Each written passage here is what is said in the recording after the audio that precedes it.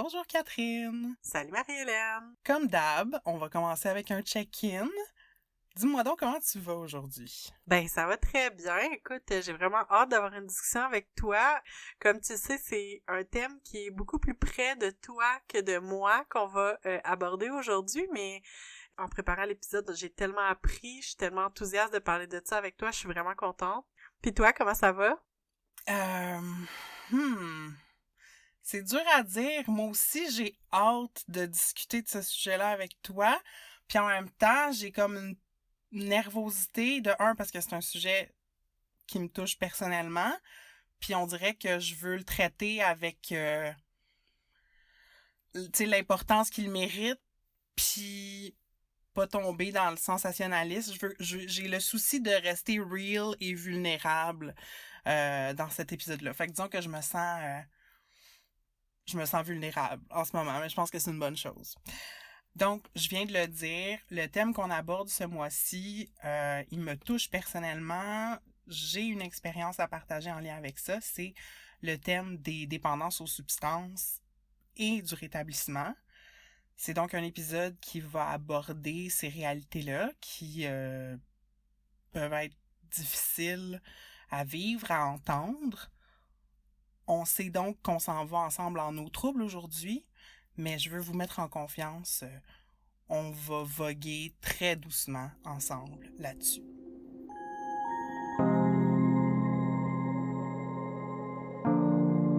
Vous écoutez Entre deux eaux, le balado où on nage entre la pataugeoire de la culture pop et les eaux profondes des feelings.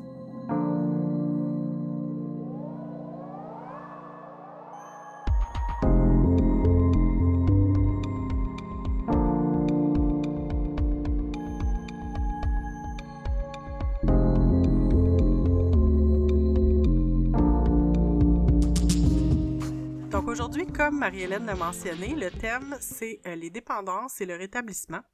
Alors dans un premier temps, en eau profonde, Marie-Hélène va nous présenter une entrevue qu'elle a faite avec la chanteuse Poulain, qui a composé la musique de notre podcast. Poulain, c'est une personnalité publique qui parle ouvertement de son rétablissement, puis c'est pourquoi on lui parle aujourd'hui.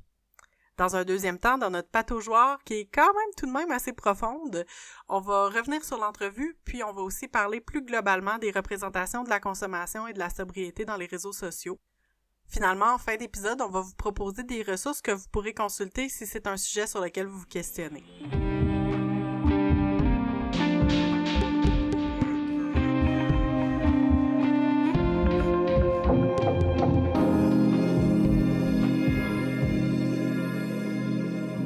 Catherine, je pense que on ferait bien de partir en donnant d'abord des définitions des concepts dont on va parler aujourd'hui.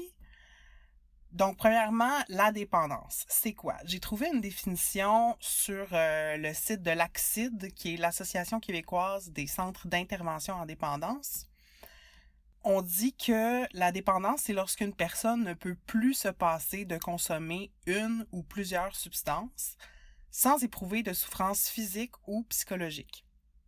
La dépendance se caractérise par des symptômes généraux tels que l'impossibilité de résister au besoin de consommer, l'accroissement de la tension interne et de l'anxiété avant la consommation habituelle, le soulagement ressenti lors de la consommation et le sentiment de perte de contrôle de soi pendant la consommation.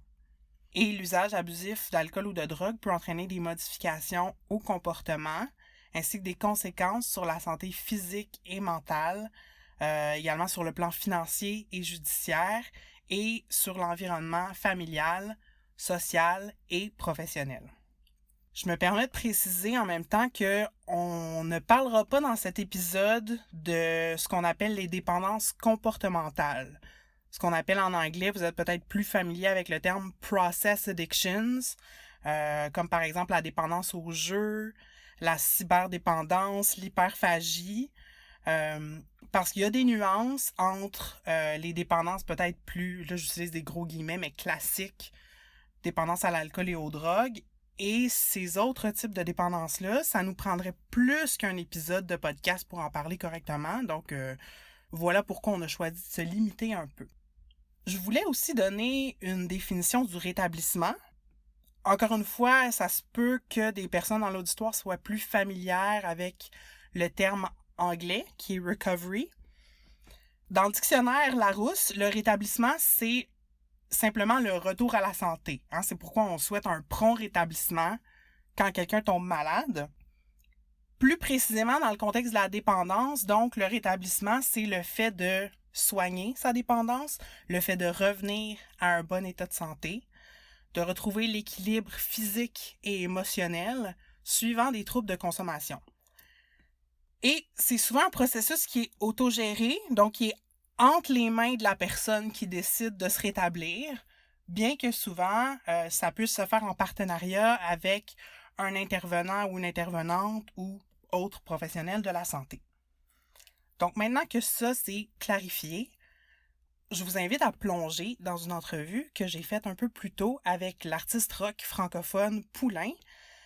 Poulain, moi je la connais bien sûr comme musicienne, mais d'abord et avant tout, c'est une amie. C'est une personne qui chemine tout comme moi sur le chemin du rétablissement. Et c'est à travers ce choix de vie-là qu'on a en commun que je l'ai rencontrée. Et donc c'est pour ça que je lui ai demandé d'être interviewée pour cet épisode d'Entre deux eaux, ce qu'elle a gentiment accepté.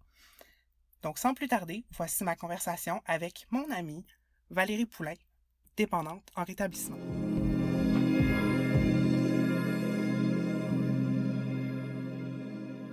Merci beaucoup d'avoir accepté cette demande d'entrevue pour parler d'un sujet qui est tabou, mais en tout cas, un sujet, je trouve qu'il y a encore beaucoup de choses à démystifier autour, c'est-à-dire la consommation, mais aussi le chemin du rétablissement. Mm-hmm.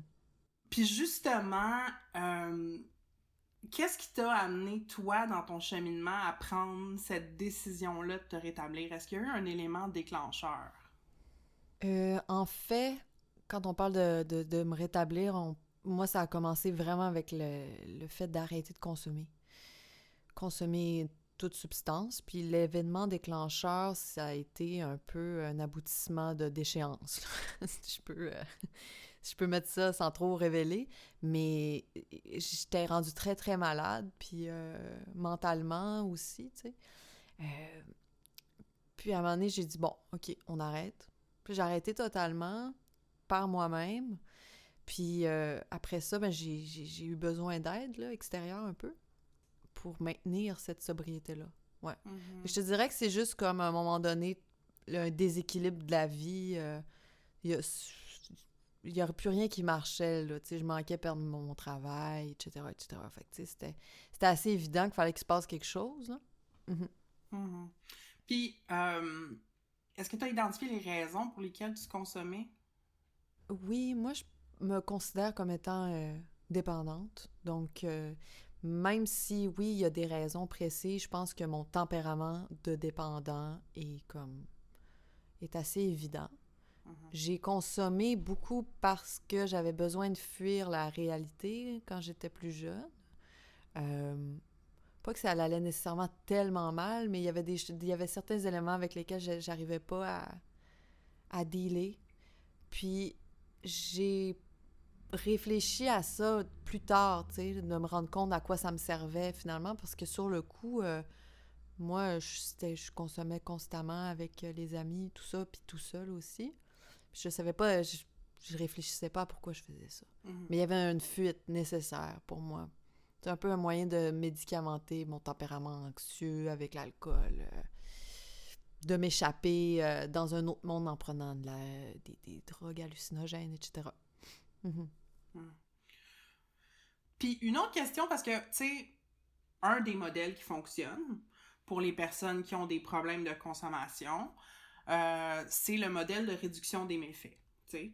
Ben en fait, il n'y a pas un modèle de réduction des méfaits, mais c'est plus une philosophie qui dit qu'il y a des personnes qui vont choisir de continuer de consommer, alors, mais comment ils peuvent le faire d'une manière sécuritaire ou de manière que ça n'aura pas trop d'impact négatif sur leur vie, tu sais. Moi, j'aimerais savoir pourquoi toi, t'as choisi... T'es allé tout de suite vers un modèle comme d'abstinence, tu sais, de sobriété complète. Qu'est-ce qui te parlait là-dedans? Je pense qu'à la base, j'ai un tempérament quand même drastique. au sens où c'est plus facile pour moi de faire quelque chose et son contraire que d'être nuancée. Ça a changé avec les années, là, mais à la base, je suis un peu comme ça. Et aussi parce que moi, j'arrive pas à être en paix quand je suis pas dans l'abstinence totale. Tu sais, je suis comme pas bien dans la demi-mesure. Moi, je me considère personnellement comme étant vraiment dépendante, c'est-à-dire, moi, quand je fume, quand je bois, tu sais, c'est pas... Non, je pense que c'est pour ça que j'ai décidé d'arrêter complètement, c'est parce que je suis pas capable. Je suis pas capable de faire ça, moi, la réduction des méfaits, là, puis contrôler, tout ça. Non, je suis pas capable. Puis, moi, je veux surtout parler du après, tu sais, de après cette décision-là qu'on prend d'arrêter de consommer, ça a l'air de quoi? Tu sais, je sais que tu fais partie d'un programme de 12 étapes, puis tu sais, c'est basé sur... c'est une démarche spirituelle, tu sais, les programmes de 12 étapes s'affichent clairement comme tels, puis sont aussi basés sur l'entraide mutuelle, tu sais, fait qu'il y a comme une communauté autour de ça. J'aimerais ça que tu me parles de l'importance pour toi de faire partie d'une communauté comme ça, une communauté de personnes en rétablissement. Ben, moi, j'ai vécu les deux, hein. J'ai arrêté de consommer toute seule, puis ça a duré 1 an, en fait, où je m'accrochais juste à ma déchéance qui m'avait donné le goût d'arrêter. Je me disais, ah non, je retourne pas là. Puis à un moment donné, je me rendais compte que j'étais de plus en plus irritable, de plus en plus en colère, puis... en tout cas, tu sais, l'espèce de paradoxe étrange que quand je bois, je suis pas bien, quand je bois pas, je suis pas bien non plus. Fait que ça, c'est mal foutu quand t'es là-dedans. Hein. Mais moi, je voyais ça d'un très mauvais œil, hein, les meetings. Je comprenais pas du tout c'est quoi la trappe. En fait, je cherchais la trappe. Je me disais, c'est une secte, c'est quoi cette affaire-là qui est prise au début, puis les étapes, tout ça. J'étais très, très dubitative. Alors, je suis rentrée un peu à reculons, mais puisque j'avais pas d'autre choix, le seul choix qu'il y avait, c'était de boire ou d'essayer, donc j'ai essayé. Puis moi, en fait, ce qui m'a plu, c'est la liberté, puis je pense que c'est pour ça que je suis restée. Parce que justement, j'avais peur que ce soit un peu sectaire, etc. Finalement, à force d'y aller, je me suis dit, OK, bon, il n'y a jamais la même personne qui anime. C'est pas il y a pas de patron, t'es pas obligé de... Tu peux t'en aller si t'as fait pas ton affaire. La seule chose qu'il faut que tu fasses, c'est que tu boives pas. Bon, moi, ça me va. Je vais faire ça, tu sais. Fait que, oui, ça a été... je pense que la solitude puis la consommation, c'est ça qui fait que tu t'enfonces. Parce que du moment que tu sais qu'il y a du monde qui sont là puis que tu fais confiance un peu, on dirait que c'est ça qui a fait que j'ai pu parler, parce que moi, je parlais pas. Je parlais pas de mes problèmes, etc. Fait que ça a pris bien du temps, mais oui, la différence est notable, puis je sens qu'il y a comme il y a une tribu, tu sais, il y a de l'entraide. Ah, ça me fait penser à une des phrases que j'ai entendues dans les salles de meeting, moi, c'est... En tout cas, moi, j'étais pas capable... J'avais vraiment de la misère à m'aimer, là, tu sais, avant de rentrer là, puis quelqu'un qui m'avait dit, tu sais, ben nous autres, on va t'aimer jusqu'à temps que tu sois capable de t'aimer toi, tu sais. Puis, tu sais, je dis pas que tu le reçois d'une personne en particulier, c'est comme le feeling du groupe, tu sais, le groupe t'aime inconditionnellement. Pour moi, ça fait vraiment du bien, ça. Puis, toi, est-ce qu'il y en a une phrase comme ça, à un moment donné, que t'as entendu dans un meeting, que tu gardes en tête, puis qu'elle te porte à travers ton parcours? On y a tout le temps des phrases un peu...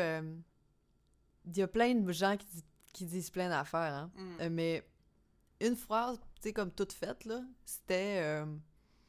Ah, tu peux pas faire pousser une plante en tirant dessus. C'était comme inviter la patience à joindre le processus de rétablissement, tu sais. Moi, ça m'avait fait rire. Je me suis dit, il a inventé cette phrase-là puis il a dit à tout le monde. Parce que moi, au départ, c'est ça que j'allais dire, parce que j'ai trouvé ça beau ce que tu as dit sur l'énergie du groupe, puis moi, de nature, là, tu sais, malade, là, je suis ben arrogante, puis ben opaque. Puis je trouve tout un peu niaiseux, tu sais. Je suis plus comme ça, mais je suis arrivée comme ça. Fait à force de juste sentir cette espèce d'énergie-là, puis de voir qu'il y a du monde qui vont bien, tu sais, c'est comme indéniable. Mais tu finis par faire comme, OK, ça doit marcher, là. Mais ouais, ça a percé complètement ma grosse barricade, puis sans forcer non plus. Ça s'est juste fait naturellement, tu sais. Je sais pas, toi, comment t'es arrivée, là, dans les meetings, avec quelle énergie ou quelle... Je pense que je suis rentrée dans une salle de meeting. Puis c'était, tu sais, c'est pas une fraternité, parce qu'il y a différentes fraternités pour différentes substances, ou en tout cas différentes approches. Et donc, c'est pas une fraternité que j'ai continué de fréquenter, mais je suis rentrée là quand même, puis ça a démystifié un peu, tu sais. Mais moi aussi, T'es rentrée avec quelle vibe? Ouais, c'est ça. Ouais, c'est ça. J'étais comme... La salle passait un examen, genre. Ils le savaient pas, mais moi, j'observais, puis tu sais, c'est qui ces weirdos? C'est quoi les prières? Comme, je ne suis pas comme ces gens-là. Mais en même temps, tu sais, tu vois qu'il y a des gens heureux là-dedans, tu sais. Il y a des gens aussi qui souffrent, mais que tu vois qu'ils ont de la volonté, puis t'as des gens qui sont comme vraiment sereins. Fait en tout cas, ça, c'était ma première expérience. Fait que là, la glace était brisée. Puis, dans toute l'année qui a suivi, j'ai réessayé, tu sais. J'ai un mois, je faisais un meeting, là, fait que je faisais des périodes de genre un mois sans consommer, puis ça, je reconsommais encore.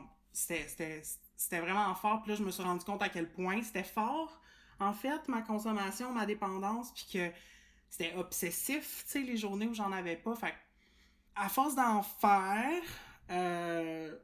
puis à force surtout de constater ma souffrance, j'ai fait, bon, ben,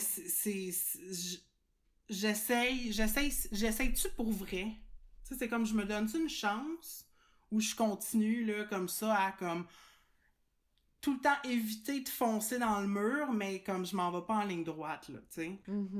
Fait que, oui, c'était une espèce de culture, une ambiance qui m'était étrangère, mais, tu sais, petit à petit, j'ai tissé des liens. Petit à petit, je me suis familiarisée avec la façon dont ça marche. Puis, tu sais, il y a beaucoup de réunions aussi qui sont en mode partage, tu sais, ou discussion, en fait. Fait que t'as la chance de t'exprimer sur ce que tu vis, puis t'es écouté. Puis il y a des gens qui viennent te voir après, puis qui t'offrent du soutien, tu sais, ou tu peux poser des questions aux gens, tu sais, à un moment donné, t'entends quelque chose, puis t'es comme, ah, wow, fait que tu vas voir la personne après, puis elle est comme, ah, tu veux-tu mon numéro, puis moi, j'apprends tout le temps des autres, tu sais, dans les salles. Fait que ça me convient, puis j'ai pas envie, en fait, de me retrouver toute seule à lutter contre ma dépendance. Genre, j'ai besoin des gens, tu sais. Apprendre à vivre sobre, c'est quelque chose. Même pour quelqu'un qui est pas dépendant, tu sais, puis il y en a sûrement qui vont écouter ça, puis ils le sont pas, tu sais. Mais il y a beaucoup, beaucoup, beaucoup d'alcool partout, pour toutes sortes de circonstances, là. On va dans le parc, le monde amène de la bière, on va... Tu sais, là, je parle pas en temps, pas COVID, là, mais... Ouais. Tu sais, je veux dire, il y a constamment de l'alcool, la plupart du temps dans les rencontres aussi, dans l'intimité, c'est souvent ça qui initie un rapport sexuel, consentant ou pas, ça c'est une autre discussion. Mais tu sais, je veux dire, la présence de l'alcool, juste de se pencher là-dessus, puis de faire comme, ouais, c'est vrai. Qu'est-ce que ça change dans ton quotidien ou dans tes relations de pas consommer? Ah, ça change tout, complètement. J'ai trouvé ça plus difficile au début parce que j'avais constamment il y avait des gens tout le temps très ébahis et surpris, tu sais. Justement, du fait que je suis dans le domaine de la musique, tu sais, j'ai joué souvent dans des bars, des salles de spectacle, puis c'est comme, ah, tu veux-tu une bière? Non. Ah, tu bois pas? Ah, tu sais. Tout le temps, cette réaction-là. Puis j'ai aussi trouvé ça dur parce que ça remet à l'heure toute la manière dont tu abordes le monde. Puis quand je parle du monde, je parle le monde, pas les gens, là, mais dans le sens, les relations intimes, mettons. Tu sais, les gens, on dirait que la sexualité, faut que ça sente le gin, en général. Ouf, Puis là, moi, c'est quand dark. non, mais en tout cas, c'est quand même vrai, tu sais, dans le sens que, tu sais, d'aller à la rencontre, de faire des dates, tu sais, à jeun, moi, les premières fois, j'ai fait des dates, puis que je disais au monde que je buvais pas, ils étaient mal à l'aise, là. J'étais comme, ah, mais faut que je boive pas, puis puis, tu sais, c'est pas du tout la même affaire, hein. Puis, en amitié, non plus, c'est pas pareil, tu sais, parce que t'es tout le temps conscient. Tu sais, c'est comme tout change. Parce que t'as comme pas le choix de grandir. Tu peux plus vivre dans une lubie, dans une bulle. T'es là, t'es présent. Tu peux pas t'enfuir. Ben, tu peux checker ton cell pendant 24 heures d'affilée, là. Mais je veux dire, tu sais, il y a quelque chose de vraiment hot. C'est hot.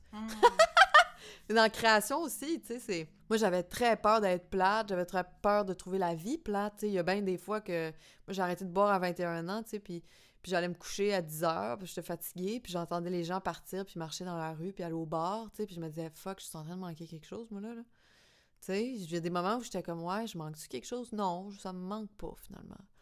Tu sais, moi, quand j'ai le goût d'aller danser, je vais danser, puis... Mais, ouais, dans la création, ça m'a fait beaucoup plus peur. Ouais, de plus avoir ça, là. Parce que je pensais tout le temps qu'il fallait que tu sois pété, puis que tu souffres, puis tout ça, là, pour créer, là. C'est pas vrai, n'importe quoi. On dirait que la mélancolie, c'était familier, tu sais. Puis c'était comme, ça fait partie de ma personnalité, là, d'être intense, et de... Tu sais, c'était comme... Il y a tellement de choses qui ont changé, c'est toujours impressionnant d'y repenser après. T'as parlé, tu sais, de comment c'était venu changer tes relations, mais je voudrais savoir qu'est-ce que ça a changé dans ton rapport à toi? Qu'est-ce que tu dirais qui est le plus gros apprentissage que t'as fait sur toi-même depuis que t'es en rétablissement? Sur toi-même ou sur la vie, là? Le plus grand apprentissage, c'est dur de mettre un mot, mais je pense que c'est l'amour. C'est juste ça. Je sais, ça sonne vraiment kitsch, peut-être, comme ça. Le plus grand apprentissage, c'est l'amour. mais mais c'est vrai. C'est vrai. Puis c'est comme comment connecter spirituellement, comment connecter avec moi, puis comment connecter avec les autres dans l'amour, tu sais. C'est vraiment... C'est ça que ça m'a appris à faire, puis ça sera jamais acquis. Je veux dire, c'est toujours... c'est comme tout le temps juste le but, mais il est inatteignable, mais tu peux être pas loin, là, tu sais. Tu peux sentir son parfum, là. Mais oui, ouais, c'est ça. C'est l'amour. C'est les choses qui valent la peine. Ouais. Puis, de façon peut-être plus pratico-pratique, là, pour les personnes qui nous écoutent, qui sont peut-être moins ésotériques que toi et moi, ça a l'air... L'amour! ça a l'air de quoi? Non, mais ça a l'air de quoi? T'es-tu capable de me dire, comme concrètement, se connecter avec l'amour, avec un grand A, ça a l'air de quoi? Tu sais, ça passe-tu par la prière, mettons, par exemple, pour toi? Comment ça passe comment? Ben, c'est sûr qu'il y a quelque chose par rapport à la foi, hein? Parce que moi, j'avais pas la foi, puis je me suis dit, écoute, tu t'es pas créé toi-même, là. Il y a quelque chose qui t'a créé, puis oui, c'est tes parents, mais il y a quelque chose qui les a créés, etc., etc. Fait que là, moi, je me suis dit, bon, mais la nature puis la vie, en général, là, c'est plus fort que moi, donc ça va être ça, ma spiritualité. Tu sais, la nature. Fait que déjà là, ça a changé beaucoup, beaucoup, beaucoup de choses. Puis ça a fait que j'ai tout le temps le choix entre aider un ami qui appelle, mettons, puis qui a besoin d'appeler, tu sais, ou tomber dans mon nombril puis faire « Ah, j'ai d'autres choses plus importantes à faire que ça, faut que j'écrive un hit, puis que le monde m'aime. » Tu sais, là, je mets ça gros, là, tu sais, c'est niaiseux un peu comment je le mets, mais j'essaie de trouver quelque chose de pratico-pratique, là, mais c'est non, plus... C'est juste que maintenant, je vois que j'ai le choix tout le temps de faire quelque chose qui va me mettre bien, vraiment, là, tu sais, comme... Ça va me faire comme un sentiment de paix, ou des fois, ça va me faire visiter quelque chose qu'il faut qu'il sorte, là, une vieille souffrance. Ou bien de continuer dans mon... Moi, ma folie, là, c'est comme être trop dans le travail, puis genre oublier de manger, oublier d'aller pisser, tu sais, être vraiment trop parti, puis oublier tout le monde, puis oublier le reste, là. Tu sais, comme me déconnecter du cœur. Ouais. Quand je me déconnecte du cœur, c'est très facile pour répondre au téléphone à quelqu'un qui a besoin, parce que je sens rien, tu sais. Mais je suis plus comme ça, tu sais. Je sais que je pourrais redevenir comme ça. Mais moi, j'ai choisi tout le temps d'être dans l'entraide puis dans l'amour, parce que c'est quand même ça le plus important, tu sais. J'ai beaucoup d'amis qui sont très vieux. Il y en a 2 qui sont morts, là, dans les dernières années, puis on dirait que de voir leur vie, puis qu'ils me parlent de leur vie, il y en a un qui était écrivain, qui a fait des voyages partout, il était acteur, nanana, puis tu sais, ils me disent, ouais, ben, ce qui m'importe, là, c'est de voir mes amis avant de partir, c'est eux autres que j'ai le coup de voir, puis c'est comme, c'est l'amour, c'est l'amitié, c'est les bons souvenirs, la camaraderie qui reste. C'est pas... Ouais, fait qu'on dirait que ça m'a appris beaucoup aussi, ça. Ouais. C'est-tu des gens que tu avais rencontrés dans les salles?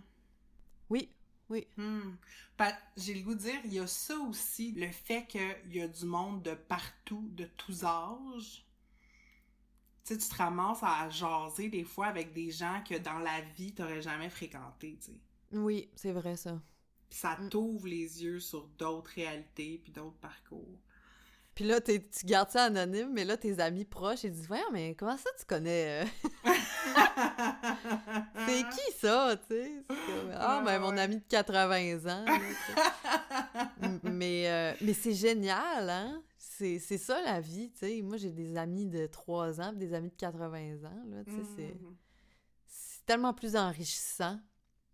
C'est beau, tu sais.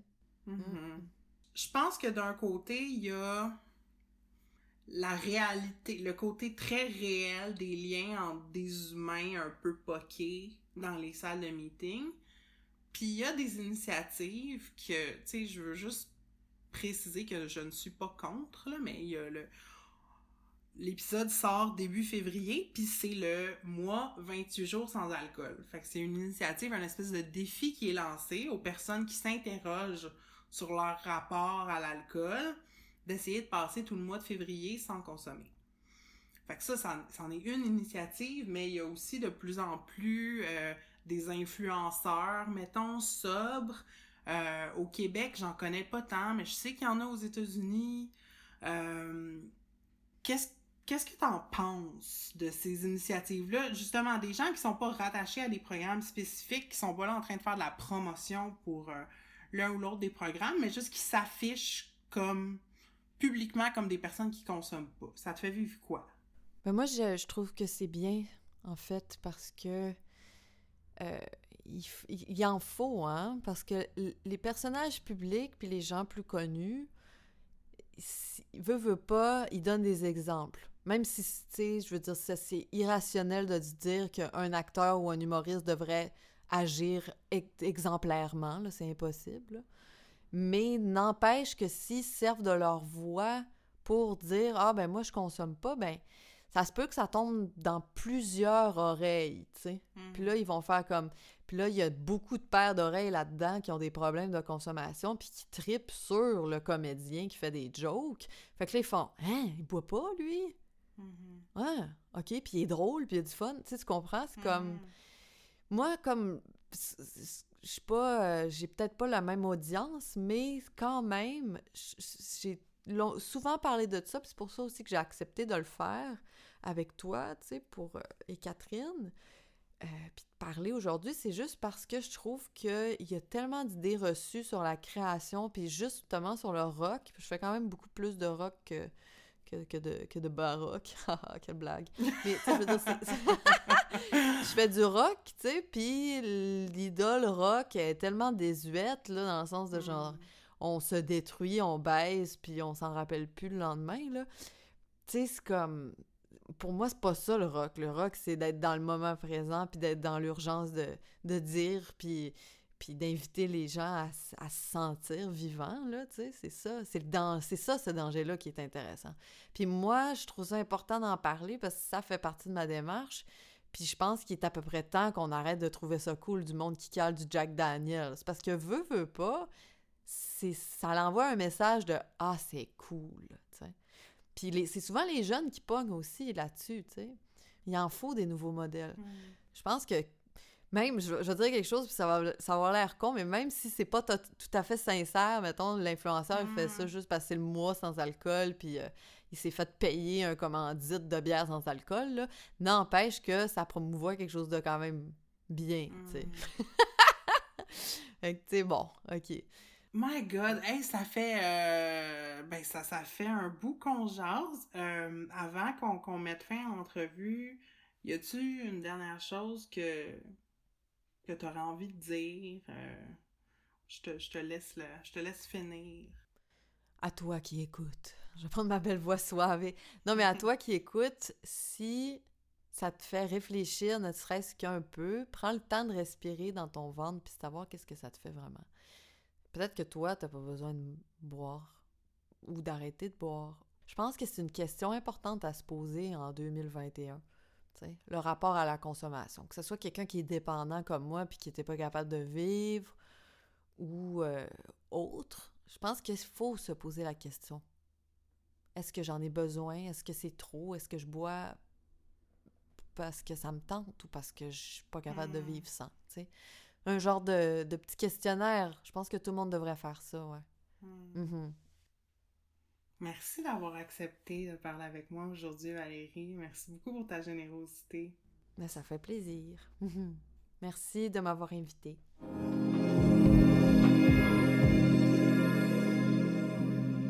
On vient d'écouter ensemble l'entrevue que j'ai faite avec Poulain. Puis, je suis curieuse, Catherine, d'entendre tes réactions suite à cette conversation. Ben écoute, c'était vraiment super intéressant. J'ai appris plein de choses. Je tenais à vous témoigner toute l'admiration que j'ai pour vous d'avoir accepté de vous livrer avec autant de vulnérabilité et de sincérité. Tu sais, comme je dis, j'ai beaucoup appris. Puis je trouve ça vraiment le fun que vous mettiez de l'avant, tu sais, votre décision de vous prendre en main devant une situation que vous trouviez problématique pour vous. Puis j'ai trouvé ça super beau que vous parliez du soutien que vous êtes allé chercher avec les autres, la reconnaissance de vos limites, puis de voir comment les autres peuvent vous apporter là-dedans. Je trouvais que c'était vraiment intéressant d'entendre à la fois le cheminement de Poulain puis le tien, Marie-Hélène. Je me sens choyée, en fait, d'avoir entendu cette belle conversation-là que vous avez eue, puis ça m'a fait vraiment réfléchir, puis évidemment, ça m'a amené des questions. Fait que je sais pas si tu veux que je te lance déjà une première question. Ben, en fait, parce que t'as posé la question à Poulain de savoir c'était quoi son élément déclencheur pour démarrer un processus de rétablissement, puis je voulais te retourner la question puis savoir le tien. Quel a été ton élément déclencheur? Je sais pas comment répondre à cette question-là rapidement, mais en tout cas, je me mets au défi. Tu sais, c'est comme... Moi, dans le fond, ça a été un peu domino, là. J'ai perdu mon père en 2013, puis une des manières que j'ai trouvé... Tu sais, je consommais déjà, mais ma consommation a vraiment beaucoup augmenté à ce moment-là. Puis, je jugeais pas encore à ce moment-là que c'était une mauvaise chose. Tu sais, c'était juste, bon, je le fais. C'est ça. Puis, 2-3 ans après... Là, il a commencé à avoir des comme réelles conséquences sur ma vie, telles que, tu sais, il fallait que je consomme avant d'aller au travail. Tu sais, quand ma paye arrivait, c'était comme la première affaire que je voulais faire, c'était comme, tu sais, de m'acheter, dans mon cas, de la drogue, tu sais, fait que c'était rendu obsédant, puis financièrement ça marchait plus, professionnellement j'avais juste comme plus d'estime de moi, fait qu'en tout cas j'ai eu une grosse dépression suite à ça, puis long story short, je suis rentrée dans une chorale gospel, moi j'ai trouvé la foi à travers ça, puis c'est là que j'ai commencé à peut-être remettre en question la place que ça prenait dans ma vie, tu sais, de consommer. Puis là, depuis, j'avais comme un peu arrêté parce que j'avais plus d'argent. Mais là, je me suis remis à consommer. Puis là, c'était comme une espèce de danse, là. Ça a été une longue danse avant que je me décide même à rentrer dans une salle de meeting. Puis en fait, moi, j'ai eu une rencontre avec quelqu'un à travers mon église qui, lui, est en rétablissement depuis plusieurs années. Puis, étant donné que j'étais déjà en questionnement, tout de suite, j'ai été vers cette personne-là pour lui poser des questions puis démystifier ce qui se passait dans les salles de rétablissement. Puis cette personne-là a eu beaucoup d'accueil puis d'ouverture envers moi, puis on est devenus très proches très rapidement. Puis c'est comme au fil de conversation avec cette personne-là me demandait mais pourquoi, tu sais, pourquoi tu consommes, tu sais, qu'est-ce que ça t'apporte, puis a toujours laissé la porte ouverte en fait à ce que je l'accompagne dans une salle de meeting, puis à un moment donné j'ai fait ben oui, je veux l'essayer, tu sais. Puis j'en parle un peu dans l'entrevue que là, suite à ce premier meeting-là, ben là, ça a pris du temps, tu sais. Fait que ça a été, je vais utiliser positivement le mot sournois, mais tu sais, ça s'est fait un peu sournoisement, puis quasiment un peu malgré moi, tu sais, au début. Puis à un moment donné, là, j'ai comme choisi consciemment de me rétablir, puis ça, c'est depuis 2017, tu sais. Ben, c'est vraiment intéressant d'entendre ton cheminement, puis l'autre question aussi qui m'est venue en vous écoutant, parce que, tu sais, puis ça rejoint ce que tu viens juste de dire, mais toute la question du rapport à la foi, tu sais, je trouve que c'est intéressant que vous en parliez, parce que j'ai comme l'impression, tu sais, tantôt, tu mentionnais, tu sais, que le rétablissement ou les dépendances, c'est peut-être un sujet tabou, mais je pense que la foi aussi, c'est un sujet tabou. Puis, d'une part, je trouve ça super intéressant que vous en parliez, que vous parliez de comment, tu sais, la place que ça a eu dans votre processus de rétablissement, mais aussi, tu sais, par rapport au groupe. Puis la question qui me vient aussi par rapport à ça, c'est, je vais te poser la question à toi, Marie-Hélène, est-ce que toi, t'as aussi pris des démarches avec des chemins, disons, plus de santé traditionnelle, par exemple, avec des professionnels de la santé, professionnels de la santé mentale, parce que, tu sais, je vois vraiment beaucoup tout le soutien, tu sais, du côté de la foi, puis des groupes de soutien qui sont plus par les pairs. Puis je me pose la question, tu sais, c'est quoi la place des professionnels de la santé, par exemple, qu'il y aurait eu dans ton cheminement? Ben c'est ça, donc je vais parler de mon cheminement à moi. Oui, fait que tu sais, c'est mon histoire, mais moi, c'est pour ma dépendance spécifique, là, moi, je suis pas allée chercher de l'aide professionnelle pour ça. Mais j'ai reçu de l'aide avant et après pour d'autres choses, par exemple. Tu sais, quand je parlais de ma dépression en 2015, comme, tu sais, je me suis pointée à plusieurs urgences psychiatriques, comme, mois après mois, jusqu'à temps que finalement je reçoive des soins. Puis là, après ça, j'ai été médicamentée pendant un certain temps. Fait que, tu sais, pour ma dépression, je suis allée chercher de l'aide. Puis tranquillement, en me remettant de ma dépression, ben là, j'ai été assez stable, forte pour regarder ma consommation puis dire ouais, ok, peut-être que j'ai envie de changer ça. Et suite après à cette décision-là d'arrêter de consommer, puis Poulain en parlait, tu sais, la plus grande lucidité que ça amène dans plein de sphères de ta vie, ben moi, ça m'a amené à questionner mon rapport à mon corps puis à mon alimentation. Puis j'ai pris, tu sais, dans les premiers mois que j'ai arrêté de consommer, j'ai pris la décision d'aller consulter une nutritionniste en alimentation intuitive pour me rétablir de troubles alimentaires, tu sais, puis comme guérir mon image corporelle, puis mon rapport au mouvement. Fait que, tu sais, moi, je considère que tout ça fait un peu partie de la même trame, mais tu sais, c'est comme un bloc qui se build par-dessus un autre bloc, mais c'est pas des choses qui sont comme explicitement connectées en même temps, tu sais. Ouais, je comprends. Mais c'est super intéressant d'entendre ta démarche. Est-ce que tu voulais ajouter d'autres choses par rapport à des choses que vous avez discutées dans l'entrevue, puis... En fait, je pense que je voudrais dire... tu sais, on va mentionner des ressources là en fin d'épisode, mais tu sais, s'il y a des personnes dans l'auditoire qui se sentent confortables de nous écrire pour poser des questions par rapport à ça, moi je suis ouverte à répondre. Là. Je vais répondre au courriel pendant le mois de février, puis sentez-vous à l'aise de nous contacter pour nous poser des questions, puis ça va rester dans la confidentialité. Là. Puis on n'est pas des experts, c'est ça aussi que je veux dire. Oui.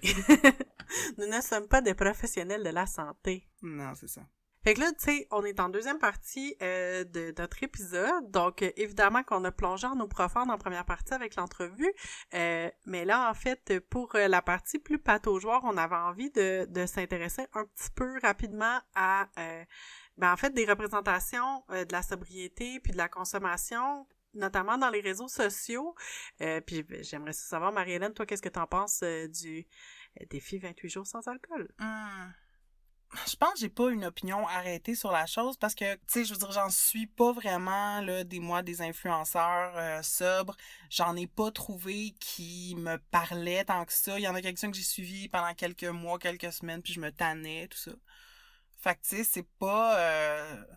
le discours des influenceurs sobres, présentement, moi, c'est pas quelque chose qui me fournit quelque chose. Tu sais, ça m'apporte rien à moi présentement. Ça va peut-être changer. Puis, tu sais, je constatais aussi que autour de moi, je me rends compte des fois ça énerve certaines personnes. Fait qu'en tout cas, j'étais prête à être plus critique de ça. Puis après ma conversation avec Poulain, je suis comme, ben oui, tu sais, c'est pas grave. Comme, si ça peut amener une personne qui a des troubles de consommation à peut-être trouver le chemin de la guérison, ben, crime, c'est ça. Tu sais, c'est déjà ça de prix. Après ça, on peut peut-être critiquer... En fait, je pense que c'est plus la culture des influenceurs comme telle qui est à critiquer que le fait si des influenceurs ou non participent à ce genre d'initiative-là, tu sais. Ouais. Puis toi, est-ce que ça t'a déjà inspiré? Une initiative comme ça? Comme as-tu déjà participé au défi 28 jours sans alcool? J'ai jamais participé au défi 28 jours sans alcool. J'ai vu, tout comme toi, je pense que je suis pas assez hot pour suivre plein d'influenceurs ou comme, tu sais, ça m'intéresse pas. Fait que c'est pas vraiment par les influenceurs que j'en ai entendu parler, plus par, pour vrai, des connaissances, là, tu sais, dans mon réseau élargi, puis via les réseaux sociaux, sur Facebook, sur Instagram, j'ai vu passer des gens qui participaient. Puis, bien honnêtement, autant ce défi-là que, en fait, la préparation de cet épisode-là, tu sais, m'a fait réfléchir sur, tu sais, mon propre rapport à l'alcool puis ma propre consommation pour me rendre compte que j'ai tellement pas une consommation d'alcool qui fait énormément partie de ma vie. Je pense que c'est ça, tu sais, j'ai jamais eu comme l'envie de participer parce que je me disais, bien honnêtement, je pense que ça changerait rien à ma vie de me dire comme, OK, de telle date à telle date, je consomme pas d'alcool. Ça changerait rien. L'expérience la plus proche que j'en ai vécue, c'est pendant que j'étais enceinte. Évidemment, la recommandation est de prendre là, aucun alcool du tout. Puis j'ai vraiment pas trouvé ça difficile. Tu sais, je dirais peut-être, tu sais, le soir de Noël, je me suis dit, quand tout le monde prenait un verre de vin, je me suis dit, j'aurais peut-être aimé prendre un verre avec eux, mais en même temps, c'est comme si j'étais comme, bof, c'est pas grave, je m'achetais de l'eau pétillante, aromatisée, puis même à ça, je suis comme, je vais boire de l'eau, ça, tu sais, ça me dérangeait vraiment pas, fait que c'est pour ça que le mois de février, je me suis jamais dit, oui, je vais essayer le défi, parce que je pense sincèrement que ça changerait rien. Puis là, tu sais, le fait que, tu sais, ça fait presque un an qu'on est en pandémie, tu sais, je me rends compte que ma consommation d'alcool est plus liée à comme quand je suis avec des amis, quand on va souper, quand on sort dans un bar prendre un verre ou quelque chose de même, tu sais, est plus circonscrite dans des événements vraiment précis, puis que c'est très rare que je vais en consommer par moi-même ou avec mon chum à la maison, fait que je me dis comme c'est ça fait juste pas partie de mes habitudes, puis dans un sens je me dis ben Colin, c'est cool comme que je me rende compte que c'est pas un problème, là, tu sais, mais en même temps, ça m'a vraiment ouvert les yeux. Puis je pense que je l'étais déjà sensible à, tu sais, justement, autant la consommation d'alcool, ben puis aussi de drogue, je dirais, puis encore plus depuis que le cannabis est légalisé, tu sais, sur les réseaux sociaux. Je pense qu'on voit vraiment beaucoup de monde qui... tu sais, je pense que je le vois, la consommation qui est quand même relativement banalisée sur les réseaux sociaux, des choses comme ça. Puis je me dis, ben, tu sais, moi, j'ai pas un problème, puis ça me gosse un peu, là, fait que... Je sais pas si toi, c'est quelque chose qui te dérange, là, mettons, là, mais... Ben, c'est... Non, je dirais pas que ça me dérange, mais c'est juste que étant donné que ça fait plus partie, tu sais, de mon quotidien, ben c'est juste, t'as l'impression tout le temps d'être comme de l'autre côté d'une vitrine, comme outside looking in, tu sais, je suis plus dans la culture de boire pour lubrifier mes interactions sociales. Fait que, de facto, je me tiens plus avec des gens qui consomment régulièrement non plus parce que, tu sais, puis on s'entend, là, je suis capable d'être avec des gens qui boivent, là, mais qui se torchent, ça m'apporterait rien, tu sais. Ouais. Mais je suis bien capable, dans un 5 à 7, mettons, après le travail, encore une fois, hors pandémie, tu sais, d'être avec des gens qui ont comme 2-3 verres, puis je suis pas trigger, puis ça va très bien, puis je suis capable d'être, tu sais, d'avoir du fun avec les gens. Non, ça me choque pas, mais c'est vrai que c'est omniprésent, puis c'est normalisé, puis on n'est pas amené à se questionner, tu sais. Puis surtout pour l'alcool et le cannabis, on n'est pas amené à repenser notre consommation, tu sais, jusqu'à temps que je pense qu'on frappe un mur, en tout cas dans mon cas, tu sais. Ouais. Puis en même temps, l'autre pendant ça, c'est ça que je voulais nommer, c'était que j'ai l'impression, par contre, comme je disais, tu sais, je suis pas plein d'influenceurs, fait que c'est pas nécessairement des influenceurs, mais comme tu sais, des personnes dans mon réseau que je vois poster des choses par rapport à leur propre sobriété, soit d'alcool, de drogue et ou autre, là. Tu sais, je trouve ça intéressant que j'ai l'impression qu'autant je vais voir des posts très tu sais, banaliser ou ben normaliser en fait la consommation dans des périodes qui sont plus difficiles, là, tu sais, il y a eu plein de jokes de SAQ en pandémie ou des choses comme ça.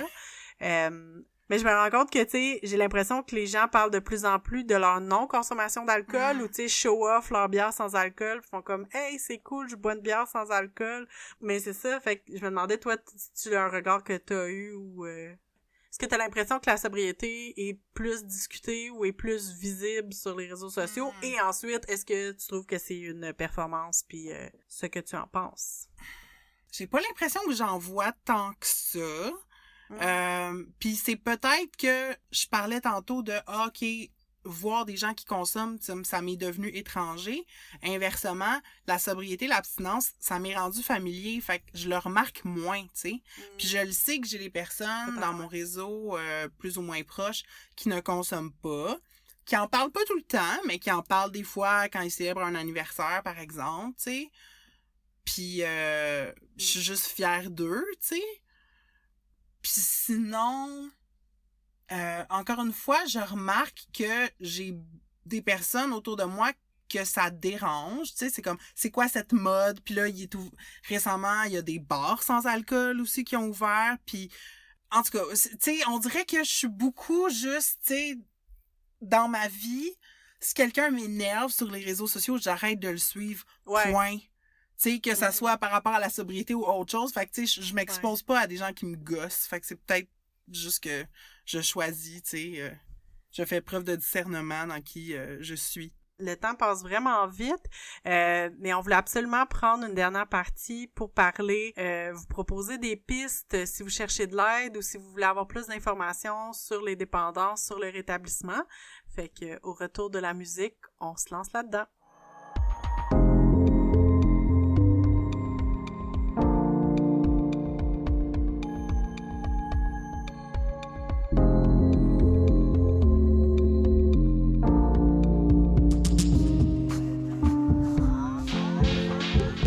Voilà, donc on arrive à la fin, mais on voulait pas soulever ce sujet-là qui est délicat sans vous pointer vers différentes ressources. Puis là, on va pas faire la promotion de l'une ou l'autre des façons de vous rétablir. C'est juste différents sites web où vous pouvez aller vous informer puis éventuellement téléphoner à quelqu'un pour obtenir de l'aide. Premièrement, la ligne gouvernementale Drogue, aide et référence. Il y a aussi, bien sûr, là, les deux grandes fraternités anonymes, à savoir Alcooliques Anonymes et Narcotiques Anonymes. Puis peut-être que pour les femmes qui nous écoutent ou les personnes LGBTQ, il y a des fois des réunions là, spécifiques pour certaines communautés. Il y a aussi, je pense, des fois des réunions réservées aux hommes. Donc, en tout cas, à vous de voir là, si vous vous sentez à l'aise d'aller dans ces réunions-là, de trouver celle qui vous convient. Il existe aussi un autre programme qui est différent des fraternités anonymes parce que c'est pas basé exclusivement sur l'entraide par les pairs. Il y a comme toujours un intervenant qui lead les discussions, mais ça, c'est un programme qui s'appelle Smart Recovery. Je crois que c'est parti aux États-Unis, mais il y a des groupes au Canada. Donc ça aussi, on va mettre l'adresse du site de Smart Recovery dans les notes de l'épisode. Puis, pour terminer, il y a 2 blogs vers lesquels j'ai envie de vous diriger. C'est 2 blogs en anglais, mais j'ai souvent trouvé des articles très intéressants sur ces 2 sites-là. Le premier, c'est The Temper, qui est un site qui est comme commandité par un centre de rétablissement aux États-Unis, mais tu sais, sur le site comme tel, c'est vraiment comme différentes perspectives sur le rétablissement, de la part de personnes qui ont choisi le chemin des 12 étapes, mais pas toutes. Ça parle aussi de troubles alimentaires, tu sais, c'est vraiment là, le dépendance au sens large. C'est très intéressant, puis ça met de l'avant surtout la perspective des femmes et des personnes non-binaires. Alors, beaucoup d'articles qui, moi, m'ont fait du bien là, de lire, puis qui peuvent démystifier leur établissement. Puis même chose pour un autre site, mais là, qui est peut-être plus... qu'une audience peut-être un peu moins nichée, mais ça s'appelle The Fix. Puis encore là, c'est un blog avec plusieurs textes de personnes en rétablissement qui à la fois parlent de leur parcours ou des fois vont questionner peut-être des façons de faire ou tu sais, c'est tous des humains qui sont dans ces programmes-là, surtout quand on parle des 12 étapes, c'est des programmes qui sont non professionnels, donc tu sais, c'est des gens, on va dire, ordinaires qui s'occupent de ça. Et tous les problèmes qu'on retrouve à l'extérieur des salles de meeting se retrouvent là aussi. Fait que, tu sais, je veux pas faire peur à personne, mais tu sais, ça existe du harcèlement, tu sais, dans les salles de rétablissement. Fait que des personnes qui parlent ouvertement de leur expérience par rapport à ça, puis comment spotter les abuseurs, tu sais. Mais bon, pas juste, là, je veux vraiment pas ramener le rétablissement à cette question-là uniquement, mais en même temps, c'est une réalité. Donc, The Temper, The Fix, si vous voulez lire puis en savoir un peu plus. C'est merveilleux!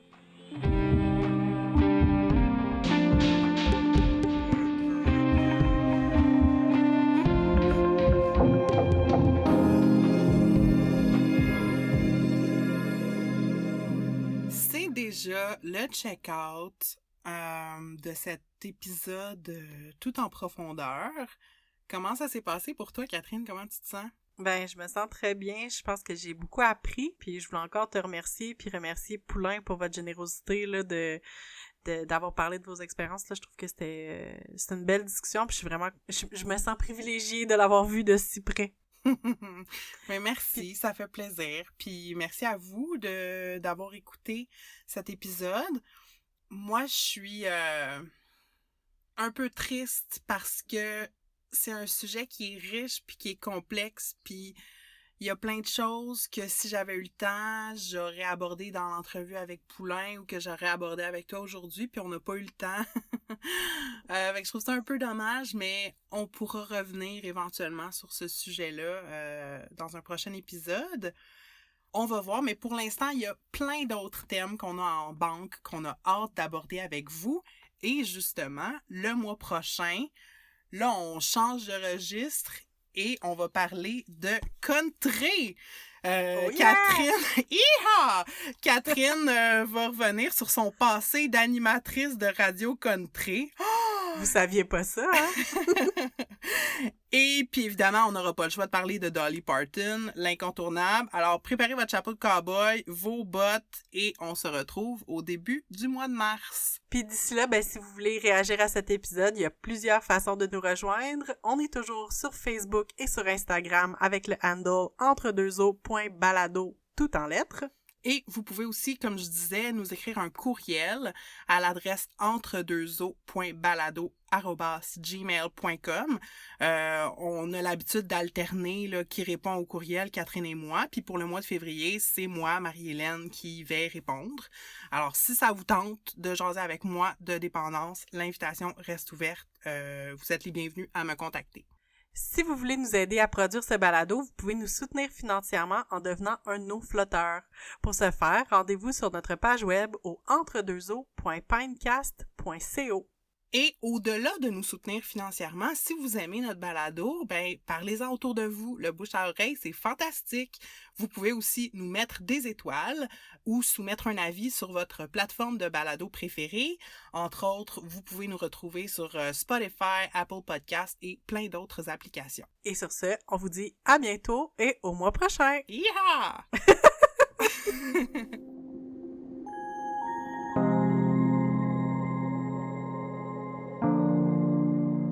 Ce balado est produit, animé et réalisé par Marie-Hélène Larochelle et Catherine Ploufjeté.